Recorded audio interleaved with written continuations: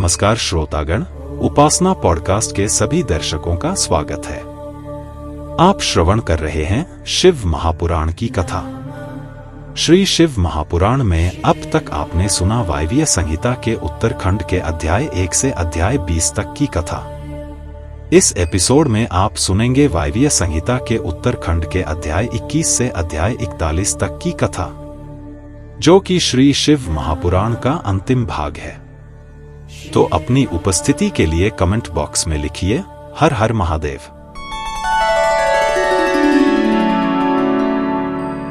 21वां अध्याय, कर्म निरूपण। श्री कृष्ण जी बोले, हे महर्षि, अब आप मुझे कर्मकर्ता पुरुषों के नित्य कर्मों के बारे में बताइए। तब मुनिवर उपमन्यु बोले, श्री कृष्ण, सत्पुरुषों को प्रातःकाल ब्रह्मा मुहूर्त में उठना चाहिए। उठकर सर्वप्रथम भगवान शिव और देवी पार्वती का ध्यान करें। अरुणोदय होने पर घर से बाहर शौच से निवृत्त होकर स्नान करें। फिर आचमन कर स्वच्छ वस्त्र पहनें। 3 मंडलों की रचना कर भगवान शिव के मंत्र का जाप करना आरंभ करें। घुटने के बल बैठकर शिवजी को प्रणाम करके अर्घ्य दें। अर्घ्य देने के लिए जल में कुशा डालें। फिर शरीर पर भस्म धारण करें। मस्तक, छाती और दोनों भुजाओं पर त्रिपुंड धारण करें। तत्पश्चात गले, कानों और हाथों में रुद्राक्ष धारण करें। ब्राह्मणों को सफेद, लाल, पीत, रंगीन नए वस्त्र धारण कराएं। वस्त्र धारण करने के बाद पूजा के स्थान पर उत्तर की ओर मुख करके बैठें और हाथ जोड़कर अपने आराध्य देव त्रिलोकीनाथ भगवान शिव का ध्यान करें। ध्यान से उठने पर शिष्य नामाष्टक का पाठ कर गुरु को श्रद्धावंत होकर प्रणाम करें। वायवीय संहिता के उत्तरखंड का 21वां अध्याय संपन्न हुआ।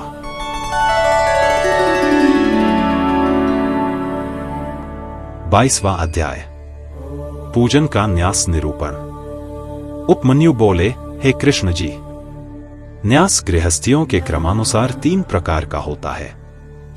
ब्रह्मचारियों के लिए उत्पत्ति न्यास, सन्यासियों के लिए लय न्यास और गृहस्थियों के लिए स्थित न्यास का विधान है।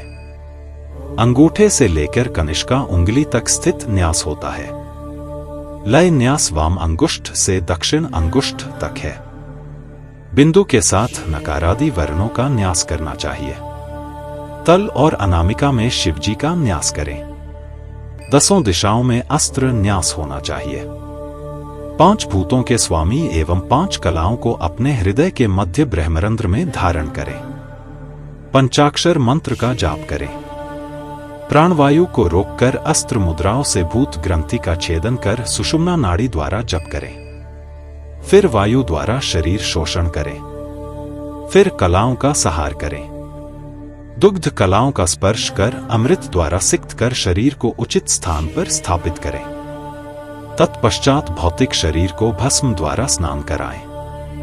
हृदय में स्थित भगवान शिव का ध्यान करते हुए अमृत वर्षा से विधात्मक देह को सींचे। अपने शरीर को शुद्ध करके शिव तत्व प्राप्त कर ईश्वर का पूजन करें।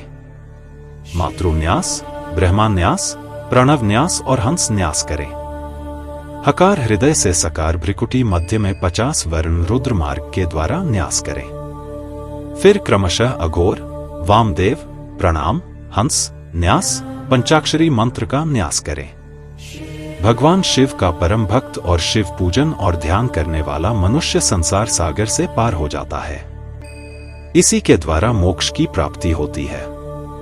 वायवीय संहिता के उत्तरखंड का 22वां अध्याय संपन्न हुआ।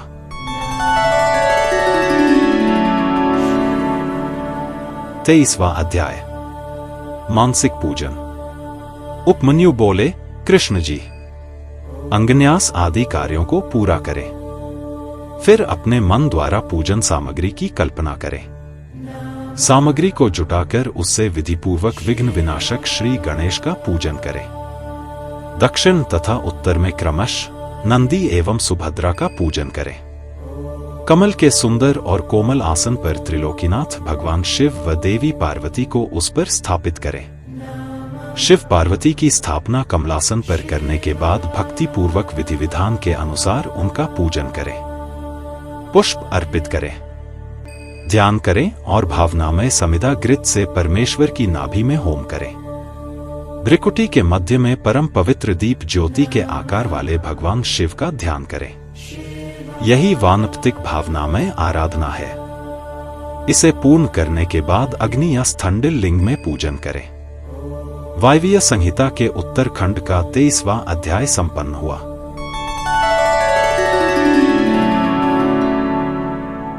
चौबीसवां अध्याय पूजन निरूपण। उपमन्यु बोले, हे श्री कृष्ण जी, पूजन स्थान को गंध, चंदन, फूलों और जल से पवित्र कर प्रोक्षण करें। अस्त्रों द्वारा विघ्नों का निवारण कर कवच से सारी दिशाओं का अस्त्र न्यास करें। कुशा बिछाकर उसे जल से मार्जित करें। प्रोक्षणी पात्र, अर्घ्य पात्र, पाद्य आचमन को शुद्ध कर उनमें जल, खम तथा चंदन डालें और आचमन के जल में कपूर, कंकोल, कीमता, तमाल व चंदन मिलाएं। चावल, कुशा, दूर्वा, जौ, अक्षर, तिल, घृत, सरसों, पुष्प और भस्म को मिलाकर मंत्र द्वारा रक्षित करें। विनायक देव का पूजन करें। फिर नंदीश्वर का पूजन करने के पश्चात षोडशोपचार से शिवलिंग का पूजन करें। ऊर्ध्व भाग में कमलासन रखें। कमल दल 8 प्रकार की सिद्धि देने वाला है।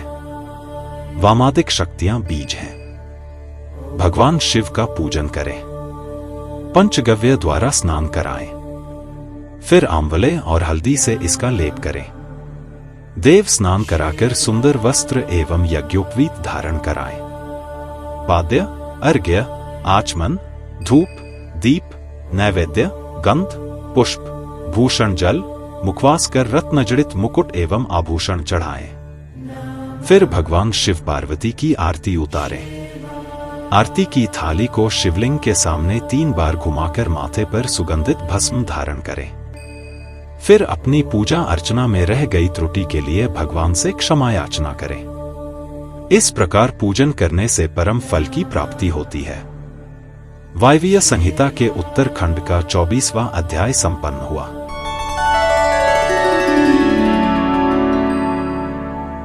पच्चीसवां अध्याय नित्य कृत्य विधि। उपमन्यु बोले, हे श्री कृष्ण जी, दीप दान करने से पहले आरती एवं पूजन भी किया जाना चाहिए। सर्वप्रथम ईशान देव से लेकर सद्योजात तक भगवान शिव का जाप करें। पहले आवरण में हृदय से लेकर अस्त्र न्यास कर पूजन करें। पूर्व में इंद्र, दक्षिण में यम, पश्चिम में वरुण, उत्तर में कुबेर, अग्निकोण में अग्नि, नैऋति और निऋति में वायु की पूजा करनी चाहिए। कमल से बाहर वज्रादि आयुधों का पूजन करना चाहिए। तत्पश्चात सभी स्थानों से 8 लोकपालों का पूजन कर मां जगदम्बा का पूजन कर उनकी आराधना करें। योग, ध्यान, जप और होम कृत्यों में 6 तरह का नैवेद्य होना चाहिए। उसके बाद कपूर, कंकोल, जावित्री, कस्तूरी, केसर, मृगमद, सुगंधि, पुष्प आदि अर्पण कर घी का दीपक जलाए। फिर हाथी दांत से निर्मित आसन, दिव्य छत्र, चंबर, भेरी और मृदंग चढ़ाएं। अपनी सामर्थ्य के अनुसार किया गया शिव पूजन उत्तम फल देने वाला होता है। शिवजी में अनन्य भक्ति रखने वाले प्राणी को अवश्य ही मुक्ति प्राप्त हो जाती है। वायवीय संहिता के उत्तरखंड का 25वां अध्याय संपन्न हुआ।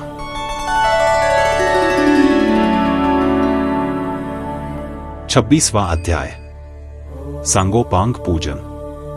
उपमन्यु बोले, हे कृष्ण जी, शिव पूजन परम फलदायक है।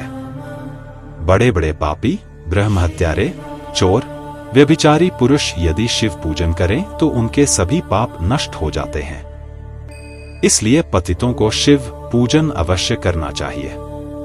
शिव पंचाक्षरी मंत्र का जाप करने से बंधन में पड़े मनुष्य बंधन से मुक्त हो जाते हैं। अनेकों योनियों में जीवन व्यतीत करने के पश्चात हमें मनुष्य योनि मिली है। जो मनुष्य इस अलभ्य मनुष्य देह को पाकर भी शिव पूजन नहीं करता, उसका जन्म सफल नहीं होता। इसलिए प्रत्येक मनुष्य को भक्ति पूर्वक त्रिलोकीनाथ भगवान शिव का पूजन आराधन अवश्य करना चाहिए। भगवान शिव के पूजन के समान अन्य कोई भी धर्म नहीं है। यह मनुष्य को सभी सांसारिक बंधनों एवं मोहमाया से मुक्ति दिलाने वाला है। शिव पूजन करने के पश्चात मनुष्य को परिवार एवं बंधु बांधवों सहित प्रसाद बांटना चाहिए। वायवीय संहिता के उत्तरखंड का 26वां अध्याय संपन्न हुआ।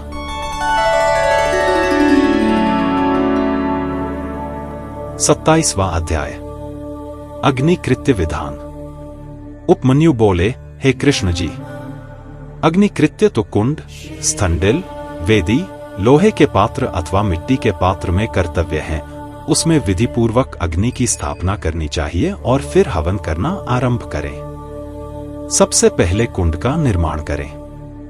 कुंड के चारों ओर 3 मेखला होनी चाहिए। फिर कुंड में योनि की रचना करें। कुंड को गोबर से लीपकर उसे अग्नि में तपाएं और तत्पश्चात उस पर वेदोक्त सूत्र लिख दें। कुशा पुष्पों से कुंड को प्रोक्षित करें। पूजन की सभी सामग्री एकत्रित करें। मणि द्वारा उत्पन्न या किसी ब्राह्मण के घर से लाई गई अग्नि को ही ग्रहण करें। कुंड की 3 बार परिक्रमा कर अग्निबीज मंत्र का उच्चारण करते हुए कुंड में अग्नि स्थापित करें। फिर दक्षिण दिशा में शिव पूजन कर मंत्र न्यासादि कर घी में धेनु मुद्रा दिखाकर सुवा को तपाकर प्रोक्षण करें। फिर संस्कारों की सिद्धि के लिए बीज मंत्रों से होम करें। ऐसा करने से शिवाग्नि संपन्न हो जाती है। तत्पश्चात भगवान शिव के अर्धनारीश्वर रूप का आह्वान कर उसका पूजन करें। फिर दीपक तक सिंचन कर समिधाओं से होम करें। दूर्वा एवं घी की आहुतियां दें। धान, खील, जौ, सरसों, तिल को घी में मिलाकर उससे होम करें। फिर 3 प्रायश्चित आहुतियां दें। बचे घी को एक पुष्प पर रखकर वौषट मंत्र द्वारा हवन करें। विसर्जन कर अग्नि की रक्षा करें। देवों का आह्वान कर उनका पूजन करें। भस्म को मंत्र द्वारा धारण करें। अग्निकृत्य समाप्त होने पर शिव शास्त्रानुसार बलि कर्म करें। विद्या के सामने गुरु मंडल की रचना करें और उस पर आसन बिछाकर फूल से गुरु पूजन करें। फिर निर्धनों को भोजन कराकर स्वयं भोजन करें। फिर आचमन कर शिव मंत्र को जपते हुए ध्यान करें। वायवीय संहिता के उत्तरखंड का 27वां अध्याय संपन्न हुआ।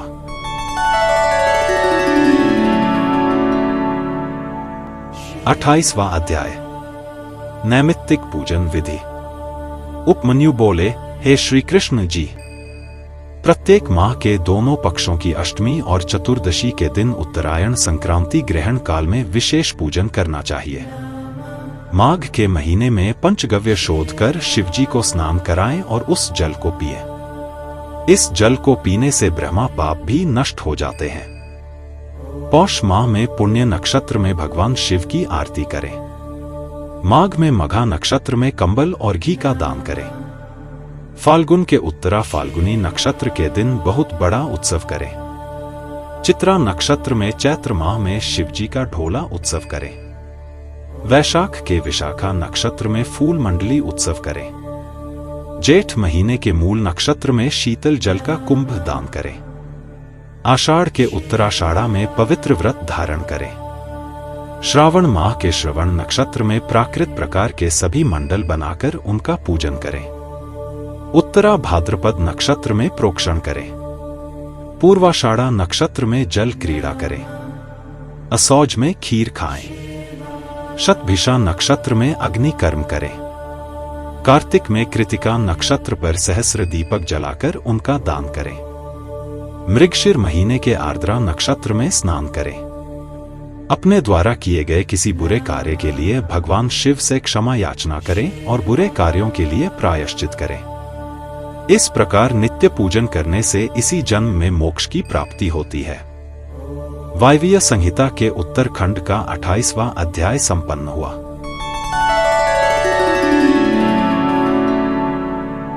उनतीसवां अध्याय काम्य कर्म निरूपण। श्री कृष्ण बोले, हे महर्षि, अब आप मुझसे शिव धर्म के अधिकारी पुरुषों का कर्तव्य कर्म निरूपण करें।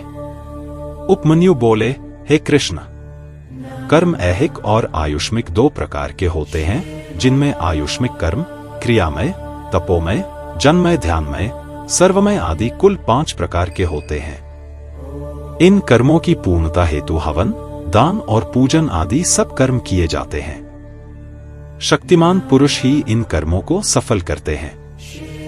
भगवान शिव ही अपने भक्तों को आज्ञा और शक्ति प्रदान करने वाले हैं। इसलिए उन्हीं पुरुषों को काम्य कर्म करना चाहिए। यह काम्य कर्म इस लोक और परलोक दोनों में परम फलदायक है। शिव महेश्वर हैं, वे सबके ईश्वर हैं। ज्ञानपूर्वक यज्ञ करने वाले शिव भक्त ही महेश्वर हैं। इसलिए ही आभ्यंतर कर्म शैव तथा वाहा कर्म महेश्वर हैं। गंध, रस, वर्ण द्वारा भूमि परीक्षा कर पृथ्वी के पृष्ठ पर पूर्व दिशा की उत्पत्ति करें और मंडल की रचना करें। फिर सर्वेश्वर महेश्वर का पूजन करें। 3 तत्वों से युक्त त्रिलोकीनाथ भगवान शिव की मूर्ति के समक्ष शक्ति का आह्वान करें।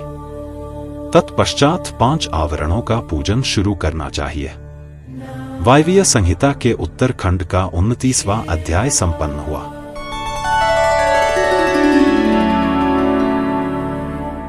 तीसवां अध्याय, आवरण पूजन विधान। उपमन्यु बोले, हे श्री कृष्ण, सबसे पहले भगवान शिव के दक्षिण में बैठे गणनायक, बाईं ओर कार्तिकेय एवं चारों ओर ईशान से सद्योजात का पूजन करें। द्वितीय आवरण में पूर्व दिशा के बाईं ओर से शक्ति, सूक्ष्म तत्व, पश्चिम में शक्ति, उत्तर दिशा में ईशान कोण का रुद्र सहित पूजन करें। तृतीय आवरण में शिवजी की 8 मूर्तियों का पूजन करें। फिर वृषेंद्र का पूजन करें।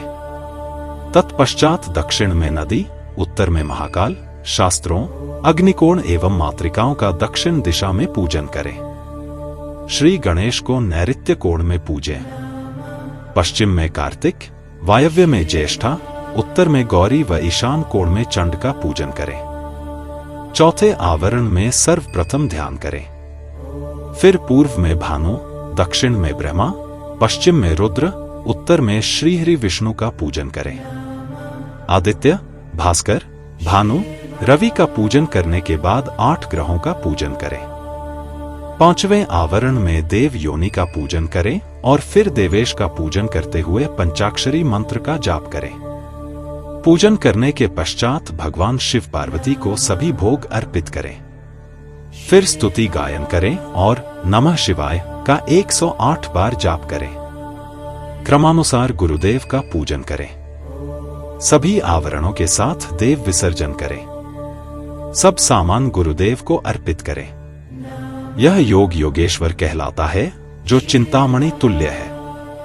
वायवीय संहिता के उत्तरखंड का 30वां अध्याय संपन्न हुआ।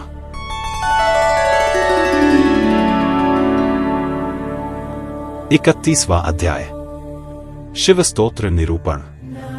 उपमन्यु बोले, हे श्री कृष्ण, अब मैं आपको पंचवर्ण नामक पवित्र स्तोत्र सुनाता हूं। हे जगन्नाथ, प्रकृति से सुंदर नित्य चेतन स्वरूप की सदा जय जयकार हो।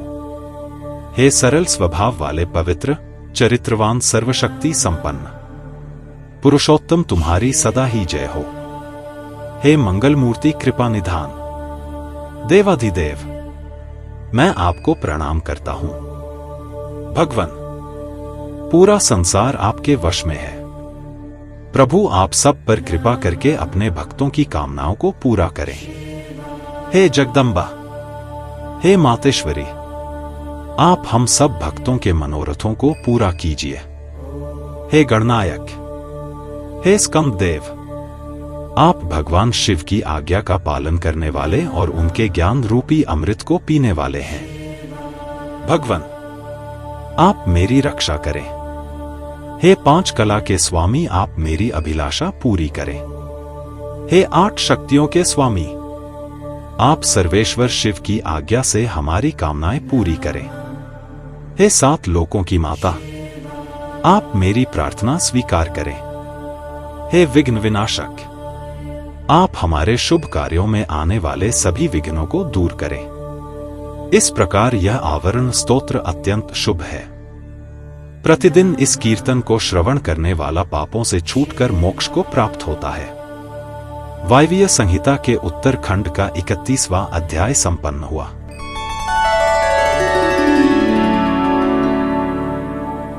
32वां अध्याय। सिद्धि कर्मों का निरूपण।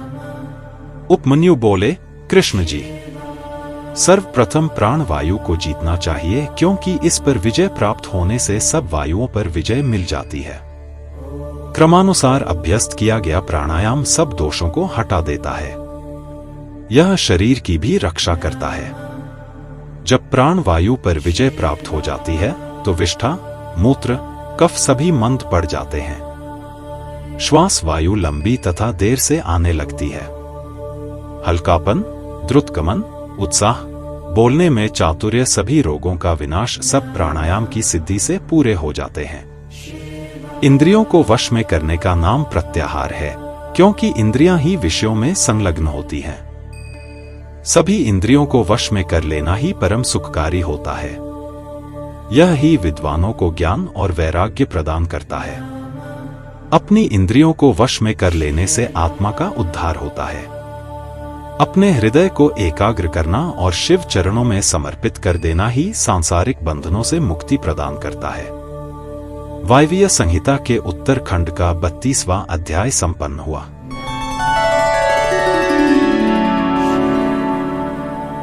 तैंतीसवां अध्याय। लिंग स्थापना से फलागम। मुनिवर उपमन्यु श्री कृष्ण को पारलौकिक विधि के बारे में बताते हैं। यह विधि सर्वोत्तम है। इस त्रिलोक में निवास करने वाले सभी प्राणी इस विधि का आश्रय लेकर अपने पद को प्राप्त करते हैं। सबने अपने पदों के अनुसार सुख, शासन और राज्य को प्राप्त किया है। भगवान शिव को श्वेत चंदन के जल से स्नान कराएं, श्वेत कमल से ही उनका पूजन कर हाथ जोड़कर प्रणाम करें। उन्हें कमल के ही आसन पर विराजमान करें। धातु का शिवलिंग बनाकर उसका पूजन करें। बेल पत्रों द्वारा कमल के दाईं ओर बैठे हुए भगवान शिव और देवी पार्वती का पूजन आराधन करें। फिर सुगंधित वस्तुओं से सुरभित करें। मूर्ति के दाईं ओर अगर, अंगरू, पश्चिम में मैंसिल, उत्तर में चंदन और पूर्व में हरिताल लगाएं। तत्पश्चात भगवान शिव की मूर्ति के चारों ओर गूगल और अगर की धूप दें। फिर उन्हें नए वस्त्र पहनाएं। फिर उन्हें खीर का नैवेद्य अर्पित कर घी का दीपक जलाएं। मंत्रोच्चारण करते हुए शिवजी की परिक्रमा करके हाथ जोड़कर प्रार्थना करें और अपने द्वारा किए गए अपराधों के लिए क्षमा याचना करें। इस प्रकार पूजन करने से मोक्ष की प्राप्ति होती है। वायवीय संहिता के उत्तरखंड का 33वां अध्याय संपन्न हुआ।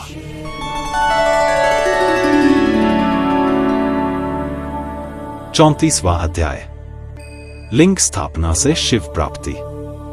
मुनि उपमन्यु ने श्री कृष्ण से कहा, हे कृष्ण, जितने भी प्रकार की सिद्धियां हैं वे शिवलिंग की स्थापना करने से तत्काल सिद्ध हो जाती हैं।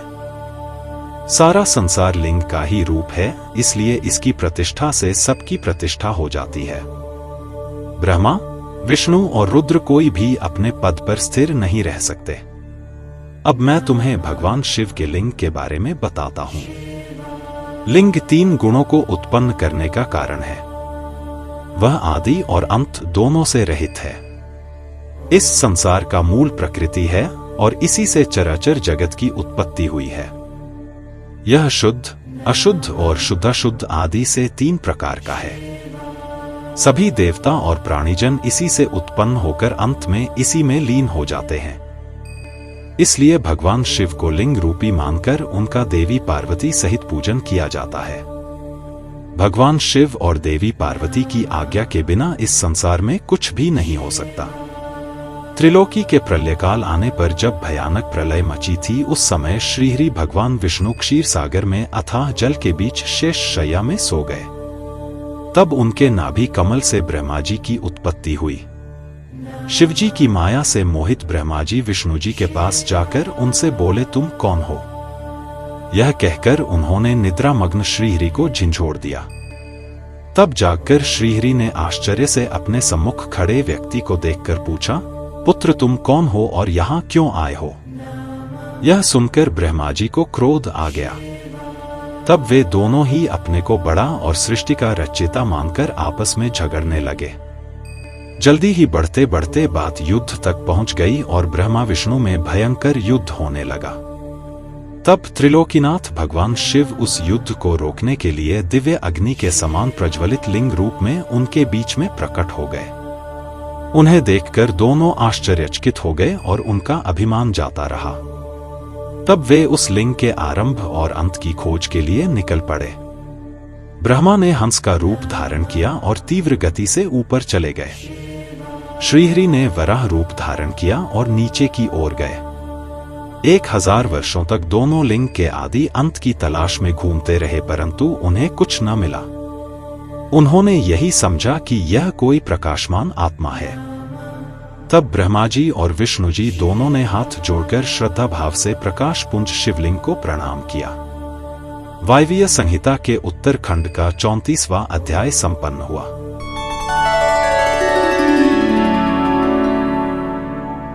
पैंतीसवां अध्याय। ब्रह्मा विष्णु मोह। मुनि उपमन्यु बोले, हे वासुदेव। उस समय वहां पर ओंकार का नाद होने लगा, परंतु ब्रह्मा और विष्णु दोनों ही उस ब्रह्मा ध्वनि को समझ न सके।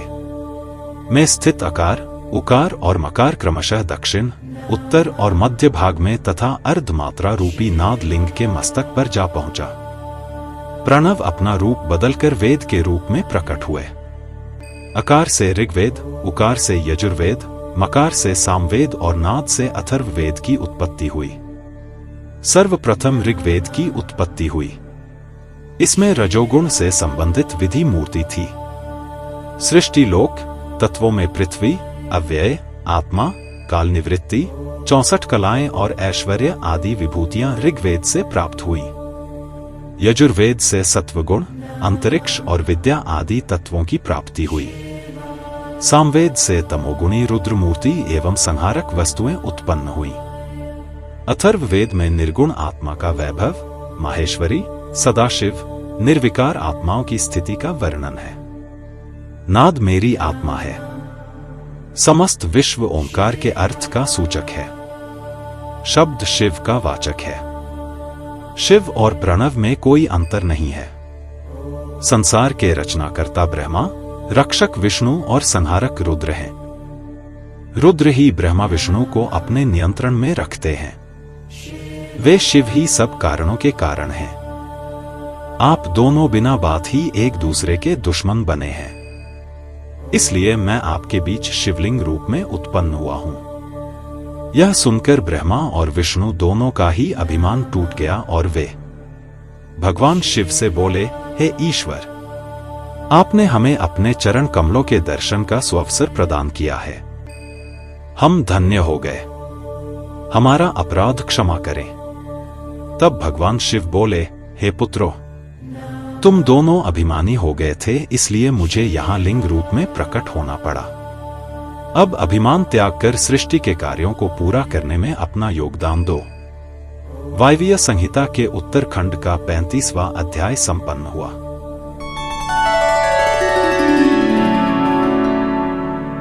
छत्तीसवां अध्याय। शिवलिंग प्रतिष्ठा विधि। श्री कृष्ण जी बोले, हे मुनिवर, आपने मुझ पर कृपा कर इस अद्भुत कथा को मुझे बताया। अब आप लिंग और वेदी की प्रतिष्ठा की विधि भी बताइए। यह सुनकर उपमन्यु बोले, हे कृष्ण, शुक्ल पक्ष में शिव शास्त्र के अनुसार शिवलिंग का निर्माण कराएं।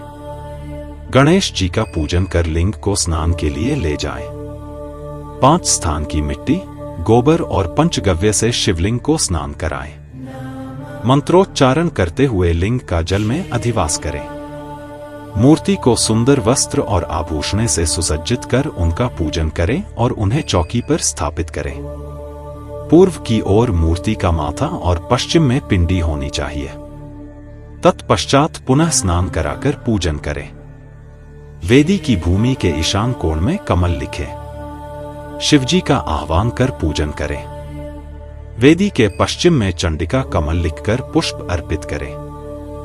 फिर शिवलिंग को नए वस्त्रों में लपेटें। विदेश कुंभ और वर्धिनी शैवी की स्थापना करें। फिर 4 विप्र मंत्रोच्चारण करते हुए हवन करें। 108 घी की आहुतियों से हवन करें। हवन के पश्चात पूर्णाहुति दें। फिर महापूजन आरंभ करें।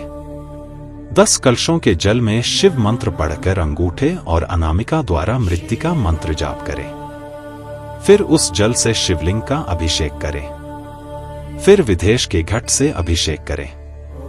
तत्पश्चात दोनों हाथ जोड़कर भक्ति भावना से भगवान शिव का देवी पार्वती सहित स्तुति करते हुए आह्वान करें। फिर पंचोपचार से उनका पूजन करें। पूजन करने के पश्चात हाथ जोड़कर क्षमा याचना करें।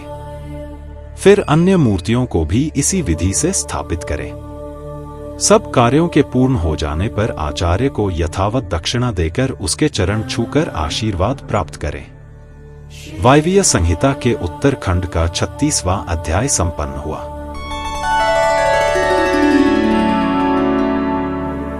सैंतीसवां अध्याय योग निरूपण। मुनि उपमन्यु बोले, हे केशव, अब मैं आपको योग विधि के बारे में बताता हूं, जिसके द्वारा सभी विषयों से निवृत्ति हो और अंतःकरण की सब वृत्तियां शिवजी में स्थित हो जाएं, वह परम योग है। योग 5 प्रकार का होता है: मंत्र योग, स्पर्श योग, भाव योग, अभाव योग और महायोग। मंत्रों का उनके अर्थ सहित ज्ञान होना महायोग कहलाता है। मंत्रों को प्राणायाम द्वारा सिद्ध करना स्पर्श योग कहलाता है। जब जिह्वा मंत्रों को स्पर्श न करते हुए भी उनका जाप करती है तो वह भावयोग कहलाता है। प्रलय के समय से संबद्ध पूरे संसार का विचार अभावयोग कहलाता है। जब साधना करने वाले की सभी मानसिक वृत्तियां भगवान शिव से जुड़ जाएं और वह नित्य शिव चिंतन में मग्न रहे, ऐसी दशा महायोग कहलाती है। सांसारिक बंधनों से मुक्ति की कामना करने वाले मनुष्य ही इस चिंतन और वैराग्य को अपने जीवन में अपनाकर महायोग को प्राप्त करते हैं। हमारे शरीर में रहने वाली प्राणवायु रहने को रोकना प्राणायाम कहलाता है। प्राणायाम रेचक, पूरक और कुंभक 3 प्रकार का होता है।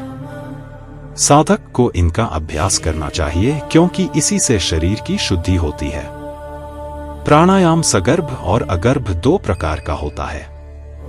जप और ध्यान वाला प्राणायाम सगर्भ कहलाता है, परंतु जिसमें जप और ध्यान नहीं करते वह अगर्भ प्राणायाम कहलाता है। योगीजन सगर्भ प्राणायाम करते हैं। प्राणवायु पर विजय प्राप्त कर लेने पर सभी वायु उस योगी के अधिकार में आ जाती हैं। प्राणायाम शरीर को पुष्ट, स्वस्थ और निरोगी बनाता है। इसके नियमित अभ्यास से कफ, मूत्र, पुरुष आदि कम हो जाते हैं। समस्त इंद्रियों को अपने वश में कर लेना प्रत्याहार कहलाता है। इंद्रियों को अपने वश में रखने से स्वर्ग और न रखने से नरक की प्राप्ति होती है। इसलिए अपने चित्त को एकाग्र रखना चाहिए। भगवान शिव, जो कि सबके ईश्वर हैं, त्रिलोकीनाथ हैं, का ध्यान करने से योगी का कल्याण होता है। अपने पूरे शरीर के साथ साथ इंद्रियों पर काबू पाने से आत्मा का उद्धार होता है। वायवीय संहिता के उत्तरखंड का 37वां अध्याय संपन्न हुआ।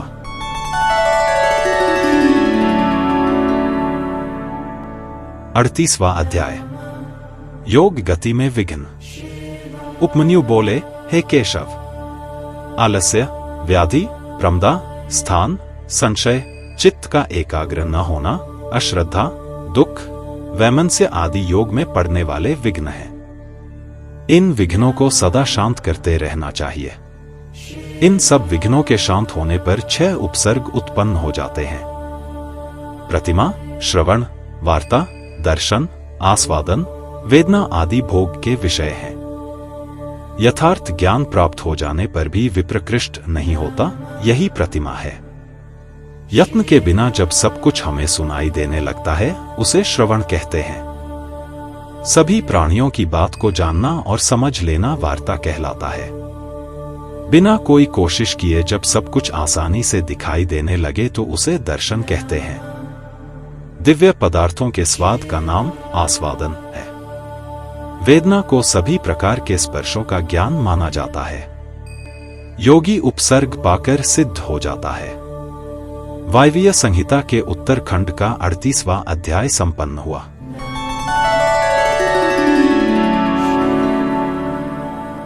उनतालीसवां अध्याय योग वर्णन।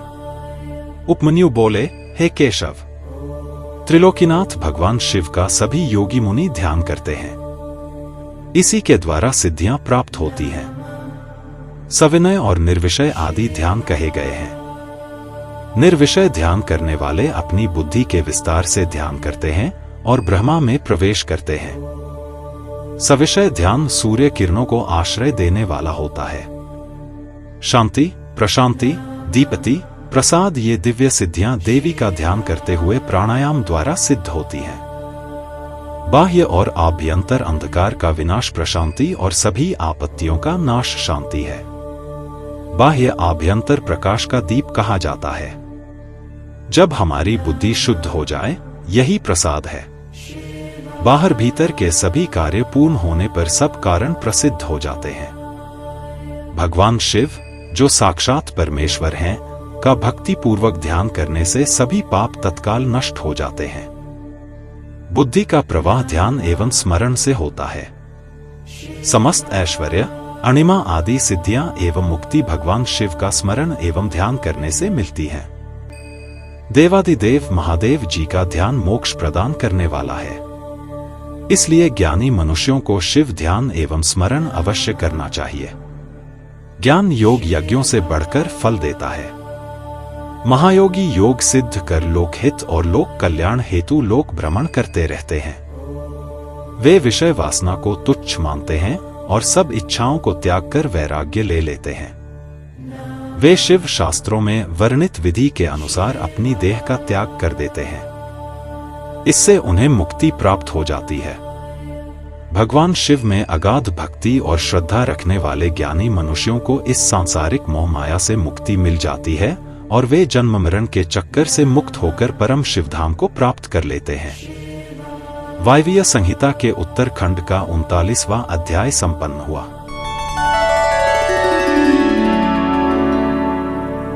40वां अध्याय मुनियों का नैमिषारण्य गमन। सूत जी बोले, हे मुनियों, महर्षि उपमन्यु ने भगवान श्री कृष्ण को ज्ञान योग का उपदेश दिया। वही उपदेश वायुदेव ने ऋषिगणों को सुनाया था, जिसे सुनकर वे बहुत हर्षित हुए थे। प्रातःकाल होने पर नैमिष तीर्थ में निवास करने वाले मुनिजन यज्ञांत स्नान के लिए परम पवित्र नदी को ढूंढने लगे। उस समय ब्रह्मा जी की आज्ञा से परम पवित्रा सरस्वती नदी वहां बहने लगी। तब सब ऋषिगणों ने वहां यज्ञांत स्नान कर संध्या पितृ तर्पण किया और वहां से काशी के लिए निकल पड़े। काशी पहुंचकर उन्होंने पतित पावनी भागीरथी गंगा में स्नान किया एवं बाबा विश्वनाथ के दर्शन कर विधिनुसार पूजन किया। काशी से वे चल पड़े। रास्ते में उन्हें एक अद्भुत दिव्य प्रकाश चारों ओर फैला दिखाई दिया, जिसमें पाशुपत व्रत की सिद्धियां प्राप्त भस्मधारी मुनिजन विलीन हो रहे थे। फिर शीघ्र ही वह तेज भी विलीन हो गया। यह देखकर नैमिषारण्य के सभी मुनिजन ब्रह्मा जी से मिलने ब्रह्मलोक चल दिए। वहां पहुंचकर उन्होंने ब्रह्मा जी को प्रणाम कर उनकी स्तुति की। मुनीश्वर बोले, हे जगत पिता ब्रह्मा जी, वायुदेव ज्ञानोपदेश देकर वहां से चले आए। तब हम सबने यज्ञ कर यज्ञांत स्नान से निवृत्त हो काशी नगरी की ओर प्रस्थान किया। वहां गंगा में स्नान कर बाबा विश्वनाथ के दर्शन किए। वहां हमें एक अद्भुत तेज के दर्शन हुए। उस तेज में अनेक तपस्वी विलीन हो रहे थे। कुछ समय पश्चात वह तेज स्वयं विलीन हो गया। उसे देखकर मैं बहुत आश्चर्य हुआ। भगवान वह क्या था? ऋषिगणों के प्रश्न को सुनकर ब्रह्मा जी बोले, हे ऋषिगणों, आपने बहुत समय यह करके देवाधिदेव भगवान शिव को प्रसन्न किया है। उस दिव्य तेज में प्रवेश करने वाले पाशुपत व्रतधारी मुनि थे। उसके दर्शन का यही अर्थ है कि आपको शीघ्र ही दिव्य लोक की प्राप्ति होने वाली है। इसलिए आप मोक्ष प्राप्त करने हेतु पाशुपत व्रत धारण करें। अब आप सब यहां से सुमेरु पर्वत पर चले जाएं। वहां सनत कुमार जी आपके आगमन की प्रतीक्षा कर रहे हैं। वे पूर्व में अपने अहंकार के कारण मिले शाप से मुक्ति पाने के लिए वहां तपस्या कर रहे हैं। वहां उन्हें ज्ञान प्राप्त होगा। वायवीय संहिता के उत्तरखंड का 40वां अध्याय संपन्न हुआ।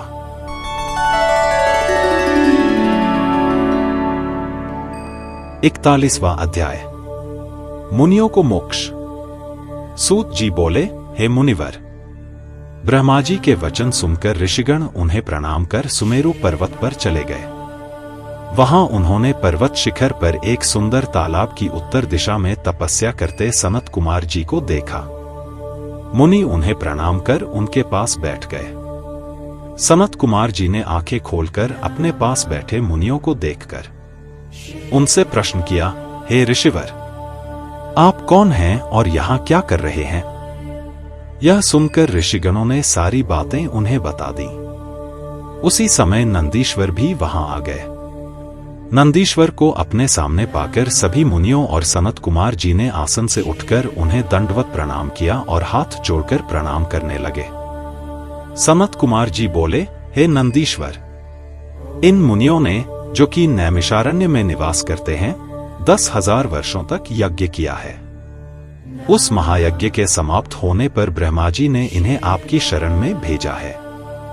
आप इनका कल्याण करें और इन्हें दिव्य अद्भुत ज्ञान प्रदान करें। सनत कुमार जी के वचन सुनकर नंदीश्वर ने अपनी कृपा दृष्टि ऋषिगणों पर कर दी। नंदीश्वर ने परम दिव्य शिव तत्व का उपदेश उन्हें दिया। तब उपदेश देकर वे बोले, परम ज्ञान धर्म, अर्थ, काम और मोक्ष सभी प्रदान करने वाला है।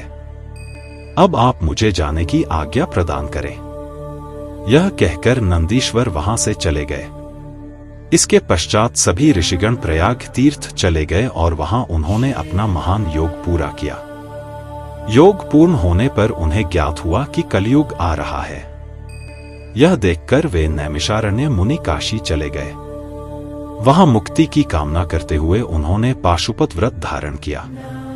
उनकी सिद्धि सफल हुई और वे शिव पद को प्राप्त हुए। श्री व्यास जी बोले, इस प्रकार यह शिव पुराण पूर्ण हुआ।